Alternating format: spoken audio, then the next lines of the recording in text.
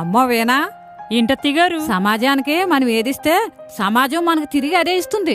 అవునా అత్తయ్య గారు? అవునమ్మా. మీకు సమాజం అంటే చాలా గౌరవం అత్తయ్య గారు. మరి అంతే కదమ్మా, సమాజం అంటే గౌరవం ఉండాలి. సరేనండి, చాలా టైం అయిందిగా, ఇంటికి వెళ్దాం అత్తయ్య గారు. సరే పదమ్మా. అయ్యో అత్తయ్య గారు, సైలెంట్ గా ఉండు. అత్తయ్య గారు, ఆయన పిలిచి చెప్దామండి. నువ్వేం మాట్లాడుకో, ఆ డబ్బులు నేను తీసుకుంటాను. మీరే కదండి ఇందాక సమాజం గురించి చెప్పారు. బోల్డ్ చెప్తాం, నేను ఎప్పుడో సమాజానికి ఇచ్చుంటాను, ఇప్పుడు నాకు ఇస్తుంది. అలా చేయడం తప్పు కదా అత్తయ్య గారు. నీకేం తెలీదు, నువ్వు ఊరుకో. అయ్యో వద్దు అత్తయ్య గారు.